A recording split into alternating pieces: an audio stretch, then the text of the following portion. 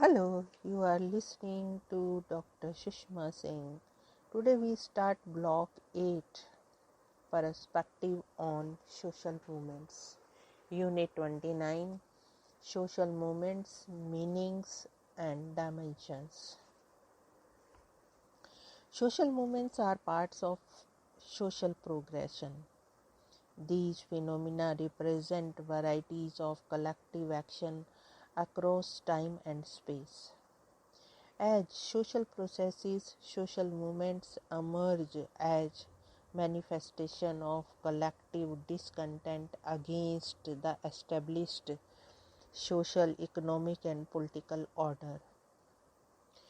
These emerge as the collective critique of society by rejuvenating vital social forces.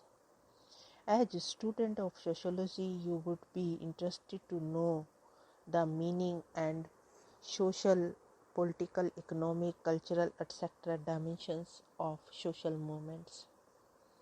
This unit introduces you to some of the fundamental issues of social movement. It aims to conceptualize social movement from a social historical perspective. There are different traditions of conceptualizing social movement. Glimpses of these traditions are also presented here. There are several causes of social movement. In this unit, we have elaborated the causes or origins of social movement and have explained the roles of ideology, leadership, and organization in social movements. The processes of transformation of social movements are also discussed here. Since we would be dealing with the varieties of issues involved in social movements in the following unit of this block, these key issues are clarified at the outset of cognitive coherence of this block. Now let us move to the next point, concept of social movements. Social movements have broadly been perceived as organized or collective effort to bring about changes in the thought, beliefs, values, attitudes, relationships, and major institutions in society, or to resist any change in the above societal arrangements.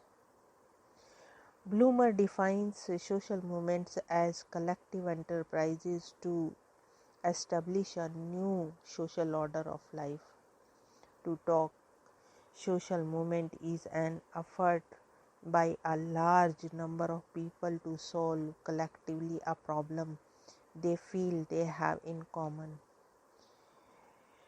According to Herbal, it is a collective attempt to bring about a change in certain social institutions or to create entirely a new order. J.R. Gusfield perceives a social movement as a socially shared demand for change in some aspect of the social order. To Wilson, social movements may either be for a change or resistance to change. Thus, to him, a social movement is an organized endeavor to bring about or to resist large-scale changes in the social order by non-institutionalized means. Now let us move to the next point, historical and social context of conceptualization. It is significant that social movements are conceptualized in a particular historical and social context. For example, in the North American society, in the wake of the emerging threat from the fascist and the communist movement in the 1930s, social movements were conceptualized by scholars like Herbal in 1951 as a potentially dangerous form of non-institutionalized collective political behavior which if left unattended, threaten the stability of the established ways of life. Social movement, however, is not solely destructive. As a collective agency, it possesses several creative potentials. Thus, many scholars like Bloomer have highlighted the emergence of new norms of adaptive behavior, problem solving, and learning orientation potentially present in social movement.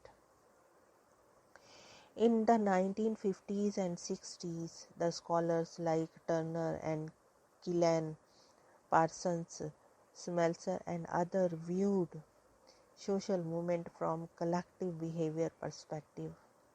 In this approach, social movements are viewed as non-institutionalized collective action which are not guided by existing social norms formed to meet undefined or unstructured situations and are understood in terms of a breakdown either in the organs of social control or normative integration due to structural changes. The resulting strains, discontent, frustrations, and aggression from this situation ultimately lead the individual to participate in non-institutionalized collective behavior. It is also pointed out that this behavior pattern has a life cycle, which moves from spontaneous crowd action to the formation of public and social movement. Again, each society has its own perception on the social movements which is developed based on its own socio-economic, cultural and intellectual tradition. For example, the scholars in Europe conceptualized social movements in a somewhat different term based on their socio-political conditions and the intellectual heritage from that of the American. While in the US it is an empirically observable phenomena, in Europe it has emerged to be theoretically connected object. The Marxian theoretical position was widely allowed in Europe, while Weberian position was widely used in the United States. It is significant that after World War II, the philosophy of the welfare state was widely accepted all over the world except in the authoritarian regimes.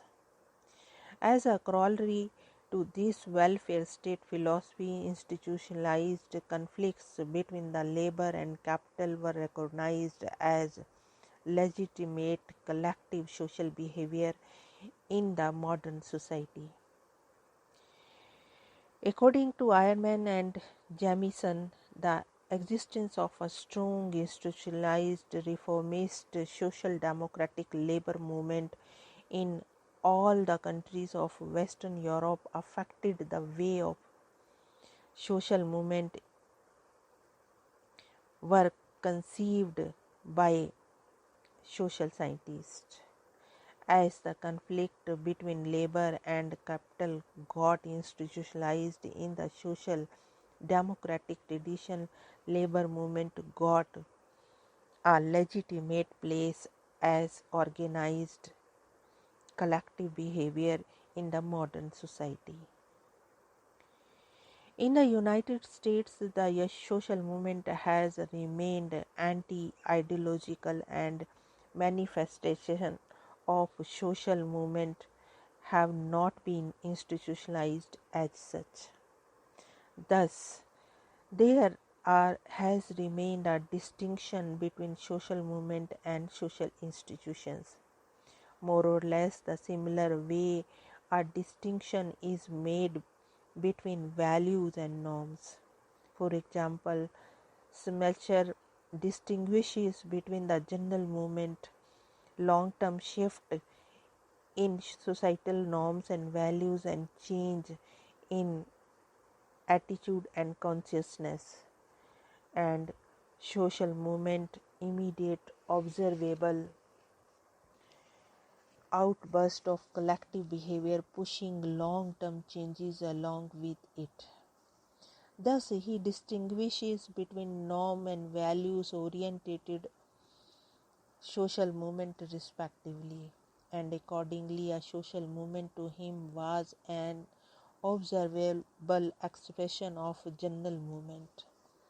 Here we want to close this lecture. Thanks for listening.